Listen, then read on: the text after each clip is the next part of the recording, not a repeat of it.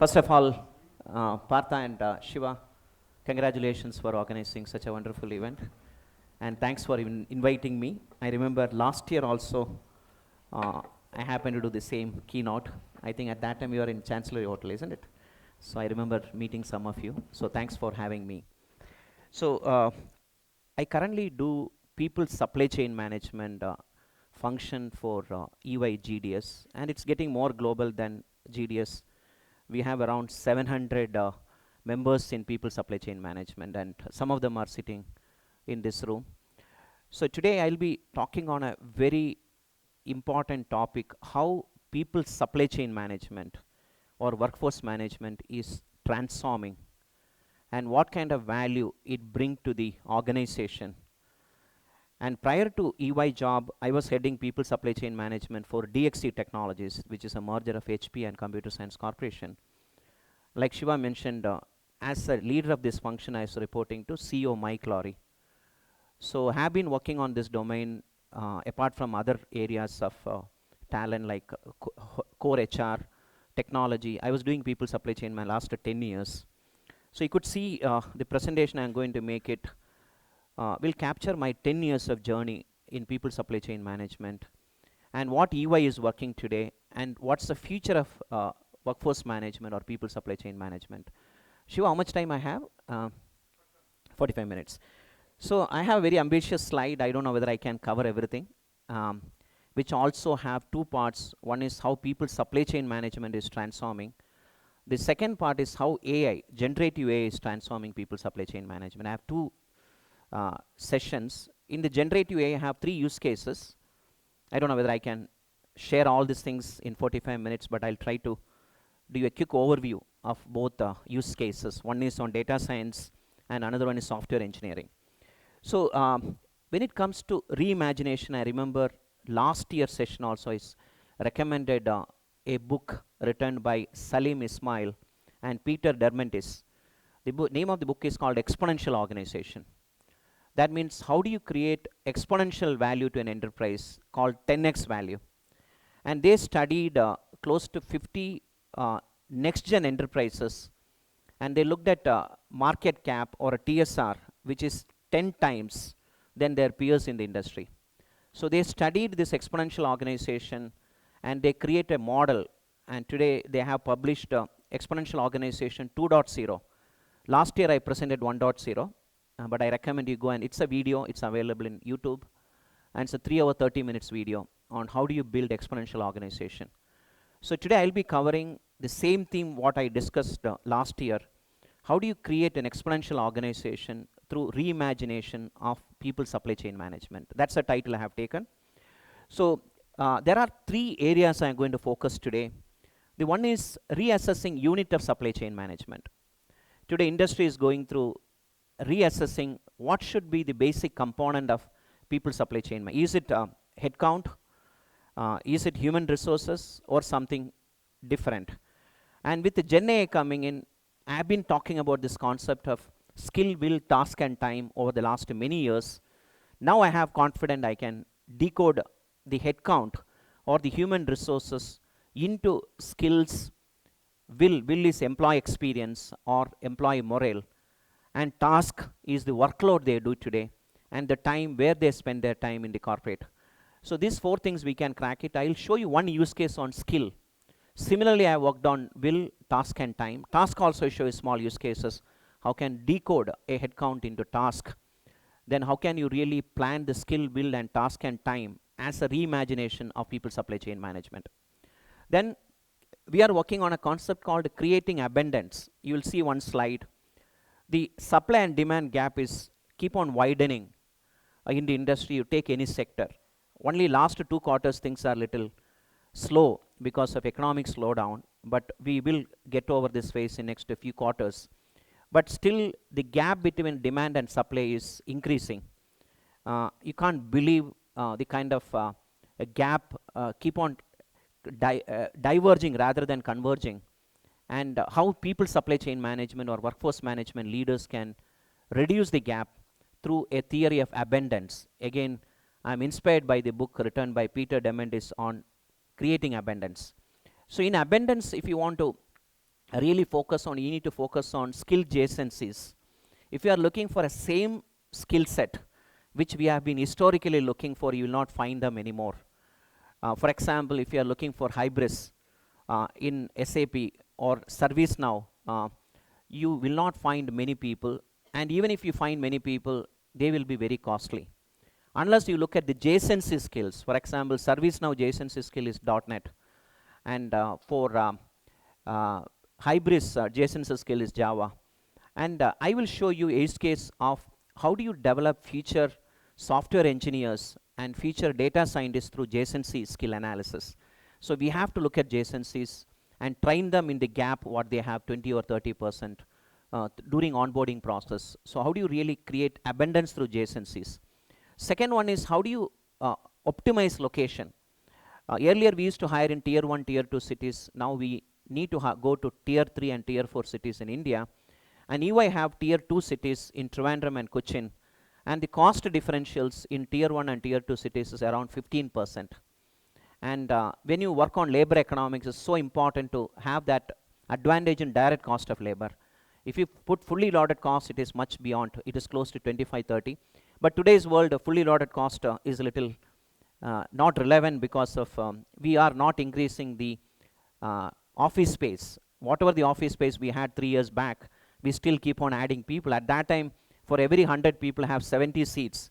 Today, every 100 people, I have 30 seats. So I'm keep on reducing per seat per employee. Then I'll do optimization through a hybrid model. So how do you look location optimization? We recently started a center in Coimbatore. I'm a big proponent. We need to do more and more tier 4 and tier 5. I personally working on a giving back to society concept of developing skilled workers in villages. I've taken one village near my hometown in Mangalore called Nitte, where I'm going to train students of around 50 kilometers radius, identified 18 engineering colleges, and we are developing a platform where they can work from their home. Morning 6 to 2, they do biofarming, and 10 to 6, they work on gig workers on 36 solutions, including annotation, Web 3.0, testing, software engineering, and everything. With the Gen AI coming in, they can do it from home. A lot of tools, I'll walk you through some of the tools, how they can leverage and work from home. So that is the location optimization is going to be more an important aspect of future of people supply chain management. And in Peter Diamandis' book, he talks about staff on demand. I think staff on demand will increase close to 40% today. 4 to 5% is what organizations are using. It can go up to 40%. Some of them already started cracking it. Then tenure and experience rationalization. We have done a lot of analysis in a pyramid. The average tenure in a particular rank and grade can be reduced by half. And through methods and optimization techniques. Earlier, for example, a project manager required 15 years of experience. Today, you can hire a project manager with 3 to 5 years experience with agile methodologies.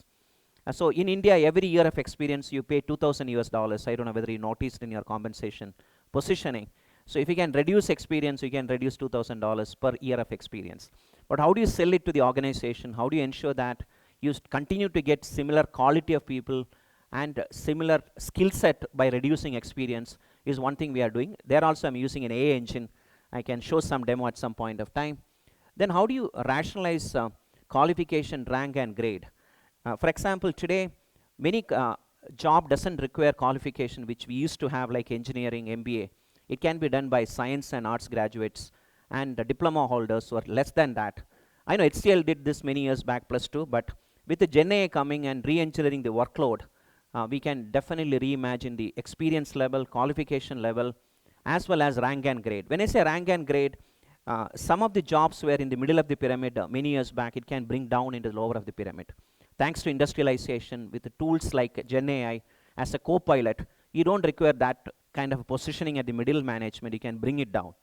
The next one is staff on demand, which I discussed, which is basically gig. I had a fortune to help Bangladesh 18 years back. With the World Bank appointed me along with the Captain Viresh. We did an amazing job. Today, Bangladesh is the 3rd largest gig economy in the world. And Bangladesh, 45% of GDP come from gig.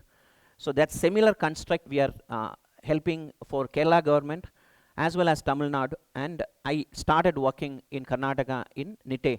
If anybody interested, I can show you the design and what kind of work we are doing. Then the last one is you need to really apply methods and automation, and you will find a lot of digital workers, the real, not RPA, which we had many years back, but the real avatar, digital avatar performing a lot of work, and it can replace many of the individuals through automation and methods re-engineering. So I will not be able to focus on the middle part of it, but you will see some of the use cases I will present to you.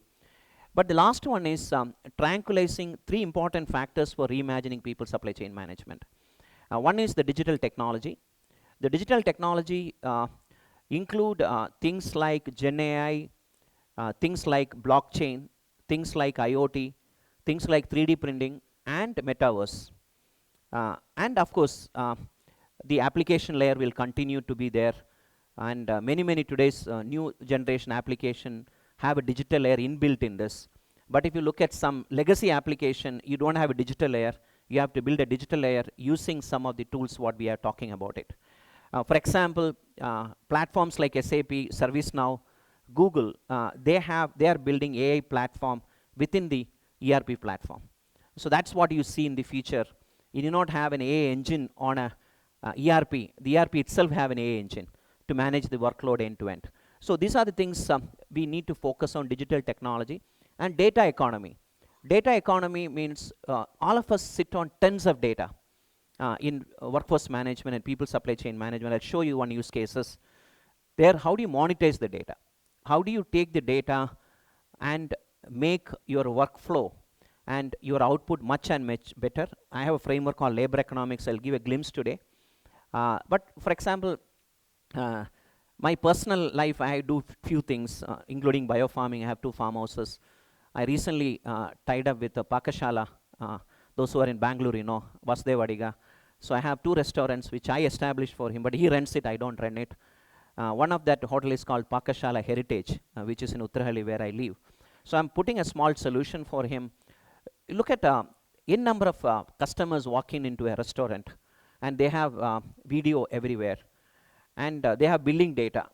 So you take the video and billing data, use an AI to understand what kind of customers walking in, at what time, what product gets sold, when customer walks in, what's the body language of the server, and how body language of customer changes from entry to exit. Through video analysis, we can do it with Gen AI. So these kind of small businesses or big business like we represent in corporates have tons of data. Video data, audio data, text data, picture data, and hybrid data. How do you monetize that to improve the business efficiency and drive top line and bottom line of the organization is called data economy. And today, thanks to Gen AI and a lot of data technology, we can capitalize the tangible and intangible data, which I'll walk you through in the next few minutes. The last one, when you look at digital technology and data science, you cannot forget human at center. Every behind the data is a human face. That human have emotions, feelings, aspirations, purpose, and behind that human is a family. Behind the family is a society. So every data-based decision you take it, you cannot ignore human at center. In fact, I'm doing some work on little more research on how do you really ensure that with the digital technology, the human at center getting more and more prominence. I remember 10 years back or 15 years back, I used to attend conferences where debate is high tech versus high touch. So conclusion of HR professionals is high touch is very important because they don't know how to do high tech. So the safest is go back into the philosophy saying that, oh, we need to be there representing HR and organization, friend of employee in person. Like today we do look at working from home or working from office or hybrid, which is the thing. Then finally we conclude hybrid, isn't it? But future of work is beyond hybrid. Maybe some other time we can discuss. So in this, the problem of debating and choosing one over another is a stupid thing. I am a strong believer, high tech will drive high touch.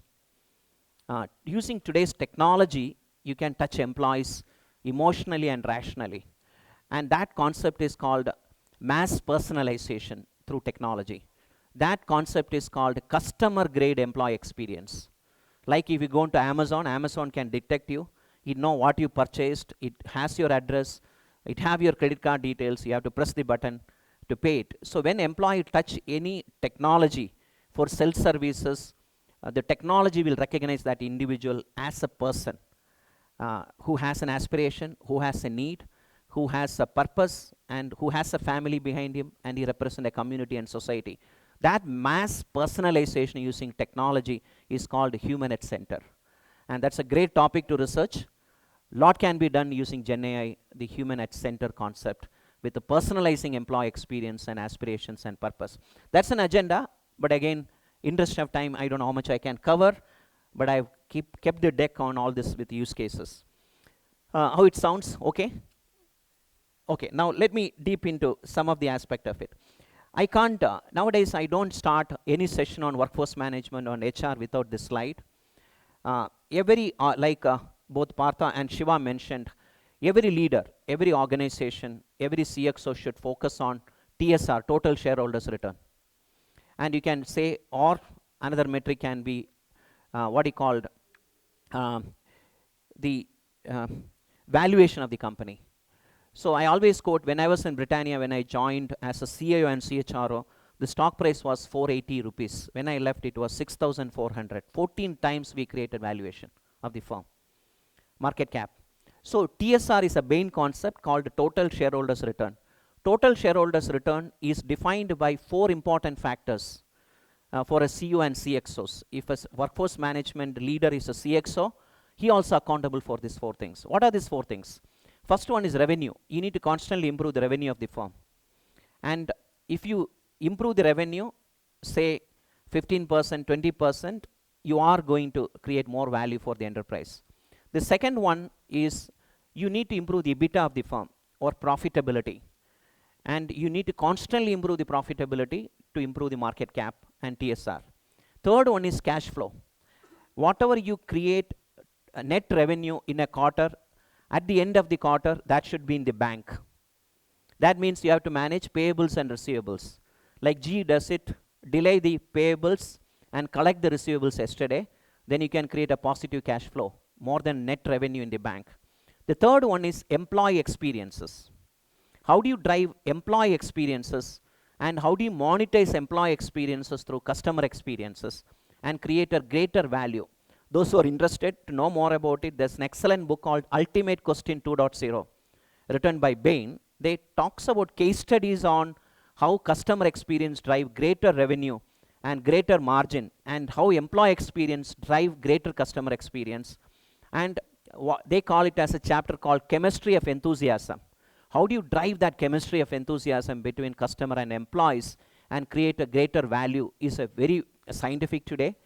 And I'll talk about it. How do you, workforce managers normally talk about utilization, billability, but you need to talk about experience also. That's the reason you'll find some of my team members sitting. Their organization name is called employee experience. We don't call resource management. That function is called employee experience. In traditionally, it's called resource manager. How do you create extraordinary employee experiences, driving customer experience and driving monetization? Then underneath are the labor economics framework or people supply chain management metrics and measurements. And that's what you need to understand. That's the role of a good people supply chain manager, workforce management leader, creating valuation of the firm 10x compared to others. So when we do this, this is some of the example to illustrate. I do this every quarter after IBM, Capgemini, TCS, Wipro publish their results. I'm very curious to understand what is the economics they are driving it and what's the role of labor economics in that.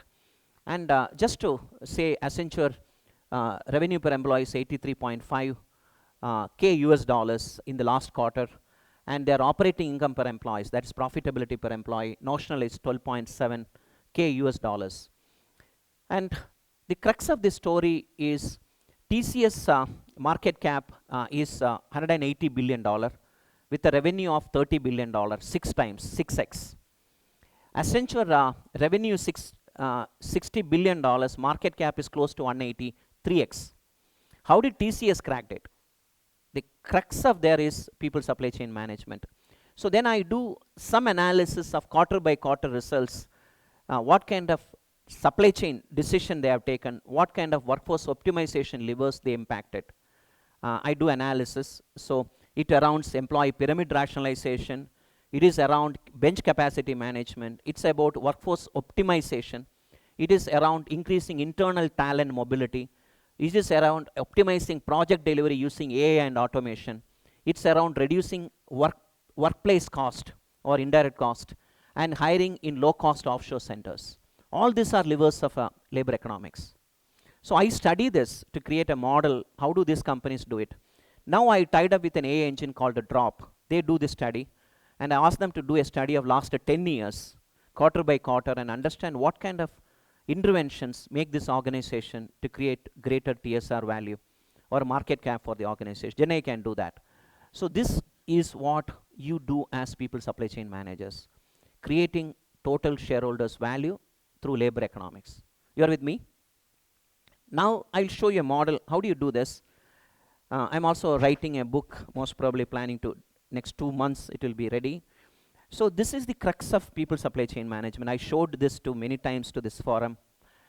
This is what I call initiated through my learning in Britannia and Toyota. I was in Toyota and Britannia. Toyota have TPS, Toyota Production System, and Britannia have a model called APO, Advanced Planning and Optimization. That's a material supply chain management. If you want to reimagine people supply chain management, you have to use lessons from material supply chain management. People supply chain traditional way of looking only create incremental value. You can improve 2 to 3%.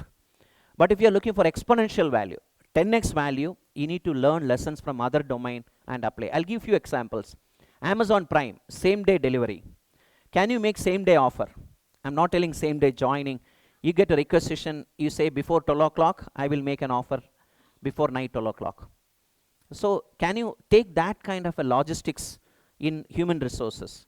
So another one is zero inventory, like Toyota does it in materials. Can you do zero bench in organization without compromising revenue leakage? Can you do that? So these are the challenges today a people supply chain management expert is faced. Like Shiva mentioned, our clients are not HR head or operations head. Our clients should be CEO and board of directors. Can you walk into board of directors with the data what I shown in, hey, you are cognizant compared to TCS, Wipro and Infosys and IBM and Capgemini, your TSR is low, and the reason is your revenue growth and margin improvements and cash flow and customer experience is different. Reason is you have revenue per employee is going down, cost per employee is going up, and your employee experience is not positive. It is not only driving attrition, but also it's impacting customer experience. Since your customer experience is bad, you are not able to drive revenue. I have an analytics engine, and I have a solution for you, and you pay me if I improve this in next 4 quarters. Can you sell it like that? Absolutely. If you sell it, you get attention of Cognizant CEO and the board. They said, that's the problem I am going through. Can you solve it using AI and analytical engine? So in that context, there are 2 dimensions of a people supply chain management, demand management and supply network planning. And demand management is left side. When you have a demand sitting here, it is like you are standing in a highway, you can see light very far, but you don't know whether it's a truck or a bus or a train. You see a light. So any demand signal is 2 years horizon, can you see a light?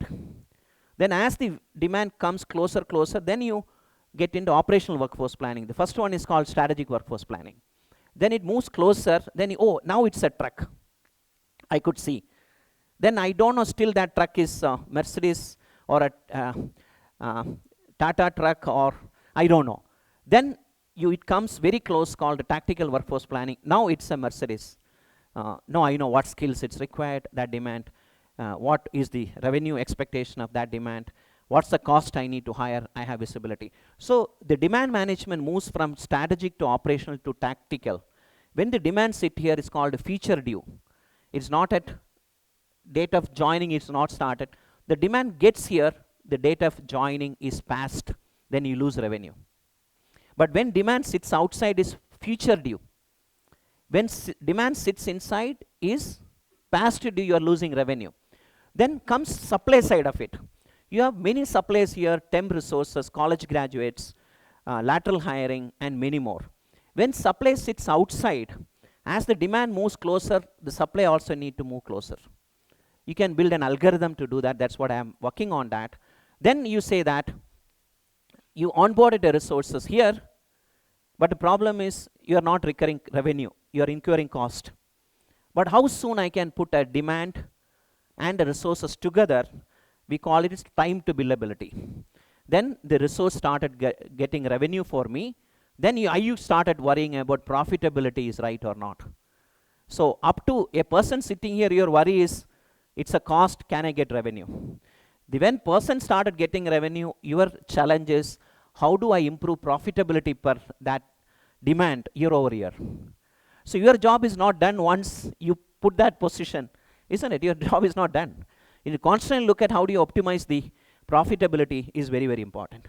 Then this is expressed in 4 verticals: workforce planning, demand management, resource management or experience management, or workforce optimization, which is in the middle. When the 2 circles intersect, the person is assigned to a job, what is the profitability gets it.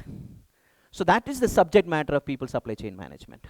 Now your challenge in this is, how do I create a systems and insight and methodology and algorithm to crack it? That we call it as labor economics. Then another challenge before labor economics is, the traditional HR function sits here, isn't it? Plan, attract, resource, onboard, work, perform, optimize, learn, grow, cross-skill, upskill, reward, recognize, separate, and stay connected. Traditional value chain of talent.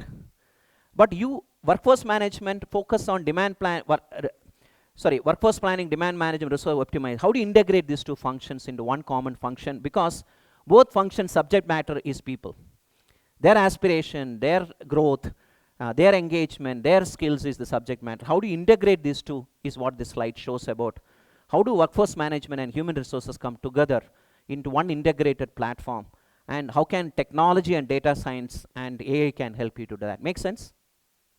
Now the next question comes, if it's so, the workforce, I need to create economics of the labor. There are 2 things which create labor economics. And I had a chance to work for GE, Toyota, where the cost of labor is between 3 to 7% of net revenue. Then I had a chance to work for Computer Associates software company, where the cost of labor is 70%. Then IT services and CSC and DXC, where cost of labor is close to 58 to 60%. Today in EY, my cost of labor is 60%. So you have an organization whose cost of labor is 3 to 7%, and you have an organization where cost of labor is 60%. 60% is mecca for you, isn't it? You have so a lot of data to impact. But 3 to 7, what do you do? There also, you can apply labor economics through intangible assets. In a labor cost is 60%, you can optimize through intangible and tangible assets. So labor economics have 2 components, intangible and tangible. Tangible is through Excel sheet, you can optimize it, cost of labor, compensation, utilization, years of experience, tenure. These are in your ERP system, data is available and it's measurable. But when it comes to intangible, these are culture, skills, job description, workload, employee experience, employee motivation, innovation, then brand. These are intangibles. This is expressed in video, audio, and text, or hybrid and pictures. With the Gen AI coming in, your ability to demonetize and economically value the intangible assets is so huge. I was a master black belt in GE.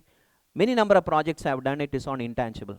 I did not do it much on tangible, because tangible is very easy in Excel sheet, you can calculate. Intangible, how do I measure culture? I was having a breakfast with Hydrick and Struggle CEO and downstairs, 8:30. We were talking about how do you monetize culture? How do you monetize leadership? How do you monetize skills? How do you monetize employee experiences? First of all, you need to know how to measure it. And you don't know, you need to know the tools for measurements. Culture, I strongly recommend you should read 2 good books if you are interested to monetize culture. One is called Circumplex Model. Another one is called Competing Value Framework. So both, and McKinsey also come up with a lot of culture assessment surveys and tools. And soft culture have hard dollar value. That's the article of circumflex value. If you read that article, it talks about when the culture moves from undesired to desired, you will see revenue growth happening, you see margin improvements happening, you see customer wins happening. So the so-called soft culture influences the revenue and profitability of the firm. You agree? Have you experienced that? Then if you read literature on culture, there are two types of culture, hard culture and soft culture. Hard culture is your policies. Policy document is hard culture. It tells you should do this, you should not do that, you need to work like these are, you look at today's policy, is it employee friendly? Is it business friendly? How do you make it more relevant? This is called hard culture because these policies define your behavior. You agree? Then soft culture are culture are the behavioral norms, the leadership values, the purpose you articulate in organization soft. Both has to be measured to impacting it. So I'm not going to talk about right side.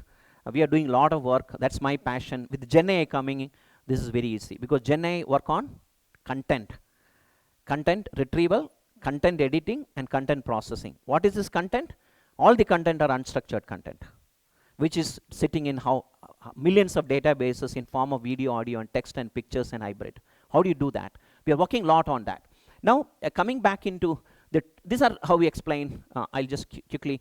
Then this is a framework we are putting together. How do you create profitability per employee? By driving revenue per employee up and by bringing down cost per position. I cannot bring down cost per person. It's given. And only you can increase it, you cannot reduce it. But cost per position, I can do it. I'll take one or two examples in interest of time. Let's talk about revenue per employee. In a service industry, how do you improve revenue per employee? By improving the rate card. Today, you are at $10 per hour, but you remain $10 for 3 years, unfortunately. But your costs keep on increasing every year because of wage inflation. But how do I increase your revenue per employee from $10 to $20? Is it possible? Yes, through reskilling, cross-skilling, upskilling, and promotion. Then how do I improve utilization? If utilization is 75%, your rate card $10 per hour, then multiply, you get revenue per employee. But can you improve utilization from 75% to 85% without compromising employee work-life balance and without compromising quality and other statutory things around this possible? So how do you do that is the concept of profitability or revenue drives through that. The second one is offering life cycle mix. In every consulting firm, there are three divisions: advise, implement, and operate. I advise a strategy or a technology implementation, then I implement it for you, then I'll operate it for you next to 3 years. So when an employee sitting in operate in SAP, and if I can move him into implement, I can get better revenue. If I can move a person from implement to advise, I can get better revenue. So how do you people career moves from operate to advise? Then I can improve revenue per person. Last one is that is in a staff augmentation or time and material. But look of managed services, this is improved through number of output he creates. For example, a recruiter takes 10 offers in a quarter. If I can make him to do 20 offers in a quarter, the productivity goes up and the revenue per employee goes up. You agree? So these are the techniques used for this. We have developed a playbook where it talk about what are the levers for average salary reduction and what are the programs you need to run it. So in interest of time, I'll just skip all these things. It's a very detailed playbook. Then we have a data lake to really understand how do you calculate profitability per employee. And we have seen some of the employees' profitability is negative. You will not be surprised. Go and do analysis in your team. Simple. Their rate card multiplied by their hours of utilization, revenue per employee. On top, you put his compensation. And come back and you'll find astonishing results and pattern emerging over a period of time. Then how do you reduce the cost by position? If employee attrit, hire N-1 as a replacement. Or existing employee, how do I improve revenue per employee by reskilling, cross-skilling, and upskilling and promotions? These are things we are doing it. In order to do that, we need to require a technology. I'm not promoting one technology or another. Currently, we use Eightfold. It has its own advantage. We have our colleagues sitting here. Sorry, what's the company? I forget. Prism? Prism Force. It's my ex-colleagues, not colleagues, my ex-friends from McKinsey started. They're doing an amazing job. They already crossed 100 clients. They are also based on AI platform like Eightfold. So I'm very sure they will soon beat Eightfold. I wish you beat them, but it have pluses and minuses for Eightfold. Its entire things around, entire technology architecture is around that, with the success factors and Microsoft Dynamics from CRM into data lake, and how do you create dashboards and everything. Now, my first part is over, just a teaser. It's a big science to calculate profitability per employee. It requires a lot of very, very different approaches than what we do. I'm very sure the next generation Indian IT service industry need to crack this. They have cracked location, they have cracked promotion. That's not enough. We need to crack. And the biggest opportunity is on intangible labor economics. And when you take a decision, you should use both tangible and intangible. Intangible, it shows that go for it short term, but long term, your intangible says don't do it, you'll hurt the culture. Isn't it? So how do you balance a tangible and intangible view of a labor decision or a people supply chain management decision, and feature the subject matter of people supply chain management is not only tangible, it has to be intangible, like skill, will, task, and time. All are intangible. Time you can measure it, double click. The concept of utilization is intangible as per me, although you can calculate easily, but double click it, you have a lot of issues in the so-called definition of productivity behind utilization. And there is a big challenge in utilization, billability, and realization. And another big challenge, how do you ensure your utilization theory or utilization program align with employee experiences? And we know that employee utilization goes up, employee experience comes down, isn't it? You agree? Yeah. Of course, utilization goes up, your productivity goes up is a misnomer. You think when utilization goes up, productivity goes up. I argue, I have data points, it's not true.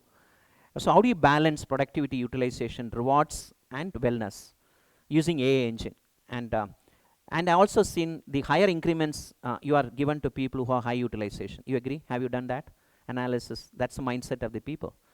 And the rating is given to high utilized employees, but it should not be. How do you do scientifically? And maybe another day we'll talk. Now I'll talk about AI skill gyration. And that's the work I'm working on. Long way to go. Phenomenal opportunity. Skill is an intangible assets. Why intangible assets? It have words and sentences. And of course some numerical value, but skill is measured through words and sentences. So in that context, you really look at Indian IT industry is crossing $60 billion, and by 2025 touch $80 billion. One of the biggest challenge is skill gap. The demand and supply gap is very high in India, and you can see the yellow shaded is the supply gap, and the projected talent growth is 9.7% is the talent growth. And if you really look at out of close to 10 million or 9 million students pass out, 1.1 million people are only employable today, and they are getting employed. India's problem is little bit of unemployment, more is underemployment. You create all these engineers to do process work and transactional work. So anyway, how do you address this gap is through Gen AI skill or AI gyration of skills. So first you need to understand what is AI. Gen AI, machine learning, deep learning, LLM, large language models. Then it have two branches, Gen AI and NLP, neuro linguistic programming. So what Gen AI does, as I mentioned earlier, it create content. It can edit content and it can retrieve content. And creating content is phenomenal. For example, skill. I can search skills of your skills through your social media, presence, LinkedIn, and internal data. I can do inference. That's what Prism Technologies and Eightfold does it. They do inference technology and tell this is your skill. And I was talking to my friend, Prism does 95% accuracy, maybe Eightfold does with 80% accuracy. It doesn't matter, you need to start somewhere. Then you need to process content. Process content is you have a job, and who is the best fit for that job in skills is called process content. I'm processing certain data. Then I can create content. Then I can give my hiring manager report who are the top candidates based on the compensation, skills, and will eligible for. This is exactly what skill gyration does it using generative AI. So what it does, I'll come back into this. is I'll take two use cases. You have time for two use cases, 5 minutes? Yeah. So one is data scientist. This data scientist today, you may have your own job description for data scientist, but very important to understand how industry defines data scientist. Is you as an AI engine, we defined it. It looks at 700 million resumes across the board, 14,000 university syllabus on data scientist, 28,000 edtech companies syllabus on data scientist. Then it comes with an inference saying that data scientist today means this description. We call it as skill taxonomy. This is skill taxonomy for data scientist.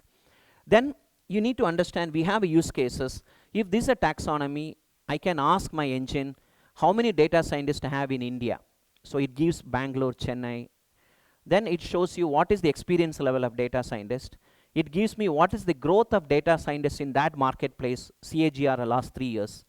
It gives me what's the diversity ratio of data scientists in that market. For example, Bangalore's real data, the diversity is 27% women employees, but my data scientist is 14%.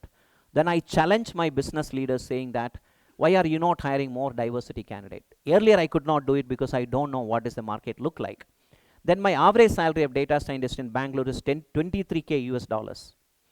Trivandrum, data scientist average salary is 17K US dollars. Then I double click into that, how many companies in Bangalore have data scientists, the report will give me. Then double click it, I'll get entire resume of that company. Beautiful, isn't it? So that is then next question comes, then I'll give to my sourcing team, go and source these people. I get passive candidate and active candidate. And I believe next few years, the entire recruitment industry will get disrupted with this methodology. And we are going to disrupt it with some more early thoughts on how can we do that. Then comes the next question, I want reskill, cross-skill, upskill data scientist. So there's a concept called RPI, reskilling propensity index. That means now from skill inventory, I'm getting into skill taxonomy to skill ontology. Ontology means what is the relationship of the skills? Which is the adjacent skill for data science? There are 3 job families adjacent as per my analysis. One is software engineering, data analyst, and systems engineers. But if the score is more than 5.5, but less than 6.5, you can upskill that resource. If the score is more than reskill that resource. If the score is more than 6.5, you can upskill that resource. As per this, software engineers and data analyst can be upskilled. And systems engineer, basically IT infrastructure environment, desktop, network management, these guys who are doing it can be cross-skilled. That's what the analysis. So you ask, how do you calculate RPI? It's simple. If a new skills require 10, but existing you have 3, your RPI is 3, isn't it? You have 10 out of, you have 3. So that's how it's being calculated. And then after that, you can see how a data analyst can be upskilled into data scientist. So the red is already he has, or he should have, others he already have, so I need to focus. Similarly, this map is done. Then we also see estimated time is 5 to 6 months, 7 to 8 months, and 10 to 12 months. Then it gives a curriculum. What's the curriculum for this upskilling and reskilling and cross-skilling? Entire thing is done by Gen AI. You'll be shocked. No human interference. If I want to do this, I need to get subject matter experts. I need to manage their ego. I need to manage their unupdated learning. Their trailing began 2 years back. But today I get very updated, real-time, scientific data, which as SME find it very difficult to articulate it. And this is how we are doing reskilling, upskilling, cross-skilling. We have many use cases. Recently, we reskilled a large number of Java programmers into data scientists. So that's the big industry in this area. Now, last one, I'll show you how software engineering is changing. If this is the presentation, I made it to 3,000 students last week in ICT Academy in Kerala, along with the 500 faculty members and industry leaders, including Google was there. I'm doing the similar thing in 30th in Madurai for Tamil Nadu government to talk about how do you, future of education institutions need change. How do you look at your syllabus today to meet the future workload of the industry? Already we have a skill gap. the way they teach software engineering. I've taken 18 job families, including digital marketing, to look at this. So if you really look at the software engineering today, these are the things changing the software engineering world. The code generation. You can type English, you get code from GitHub. And bug detection. These are the AI tools already available. These are the name of the tools. I'm not getting into details. This is changing the workload. So traditionally, these are the software programming skills you require, and emerging skill is meta learning and automated code generation. You need to teach them. Similarly, for database management, neural language processing, what is new, you need to teach them, and the tools and framework for that. Then you get into other things you need to teach: DevOps, testing, cloud computing. What are things changing? What is today and what is need to change in the workload? And that's the reason I believe the future village students, India have 1,400 universities. I don't know how many of you paid attention. Out of that, 40% are in villages or rural places. Their students are handicapped with the communication skills and real practical skills and confidence. Gen AI will bridge the gap. Absolutely is going. Because what we need to teach students, I'll tell you at the end, is tools like how to leverage GitHub. Isn't he need not be good in coding? Then download it. Then village people have two qualities which urban students doesn't have: creativity and grit. What is grit?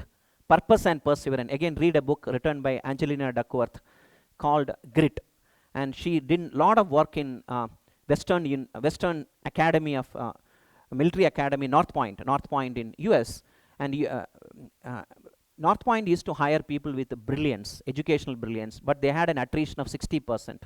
Because the course is very rigorous, start in morning 4 o'clock, ends in night 11 o'clock. The intelligent people run away. They don't want, not ready to work hard, isn't it? But she designed a program, take a combination of education, academic orientation, and grit. That means they have a purpose in their life. And any challenges, they know how to overcome that. That's called perseverance. Purpose and perseverance, grit, and there's a test. You can go and do your grit test in that and score, understand where you are. And you can, we are administering now in some of the rural colleges and identifying people with the grit. So in future, best software engineers you can find it in villages. If you change your mindset of hiring, and if you look at, you can change the curriculum of teaching. That's what I'm helping 5 universities to do that using this methodology. Then comes in software engineering, front end, what are things you need to know, like UI, UX. Then full stack, what you need to do, DevOps, mobile and software testing and support. And if you really look at how disruptive, the dark portion, this blue is very disruptive.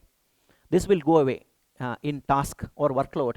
And what is going to come in this new roles like generative AI developer, like generative AI consultant, like AI bias expert. These are the roles coming in software engineering. Can a university change their curriculum, their methodology of teaching? They are going to win it. So I am in the Tamil Nadu government have a vision called $1 trillion economy.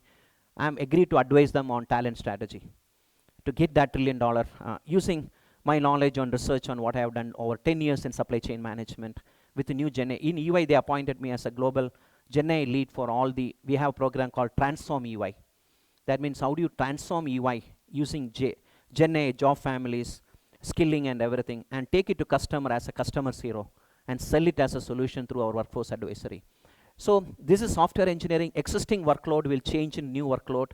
Execute full software development lifecycle, develop software application using Python, TensorFlow, PyTorch, and this kind of things. These are the tools coming in the industry. We need to teach students this, the right side 2 boxes. How many universities are ready? How many faculties are ready to do that is a big question. Or we need to teach our reskilling, cross-skilling, upskilling department to really teach these tools and skill them for the future. Then these are some of the intelligent use cases companies are adopting already using this methodology. And this is a sample starting job roles, critical and futuristic roles. How this role is going to change. And how many of people, supply chain managers, are ready to help the organization to go through this transformation? Through skill gyration, I call AI skill gyration, or skill as a unit of supply chain. Then will time and task we'll discuss some other, and task is also addressed here. The task or workload is going to change. Hence the skill need to change, hence they will need to change. And this is how the software sample roles and skill gap, how we need to be filled. Then a learning curriculum to address a skill gap. What kind of learning curriculum you need to build it to address that. And okay, the last part of it, the last vertical I talked about it. Future of supply chain is a triangulation of data economy, digital skill set, and human at center. And of course, your concept of workplace is changing. Who can crack this, they are going to do. And the debate on future of work is not only about return to office or work from home or hybrid. It's beyond that. What is beyond that? You need to recognize future of work is moving from corporate in 9 to 5 to work anywhere, anytime. It is moving from plan to experiment. I have a plan for this week, and the work schedule is given to you, enter timesheet on that. That's our plan, isn't it, today? It will change and experiment. How do you give permission to play to your team? It will move from focus on knowledge to focus on adaptive learning. It will move from focused on inputs to focused on outcomes. Input is time entry, but how do I trust output rather than input? Then how do I rely on email? Today, the collaboration technologies, I very rarely use emails. I communicate through Teams, I communicate through WhatsApp, I communicate through LinkedIn, I communicate to Facebook email. But the email communication is going away with collaborative tools in the future. And static work and dynamic work. My job description is static, and nothing changes 1 year. But how do you create a dynamic job description which keep on changing based on the needs of the business? And how do you skill people to do it? From control to build trust. Control means I want to you be in front of my office and walk in my front of office 10 days, 10 times a day. I want to see you are there in office to trust people that they will deliver. That is what the future of work is. Anyway, I don't have time to go through it, so I'll stop it here. Thank you very much. I can take 1 or 2 questions. I hope I make sense. Did not scare you, only created curiosity. Long way to go, and this is going to be deceptive. What do you mean by deceptive? Suddenly it comes without you noticing it, like ChatGPT. Today's technologies are deceptive technologies. That means you'll be caught in surprise. And you said, my God, where was it all these days? Suddenly it came like this, rocket. So today's technologies are deceptive. Today's business are disruptive. Today's business are exponential growth. It requires demonetization of tools so that everybody can afford. And very, very important, it democratizes the job opportunity. It's not a privilege of Bangalore anymore.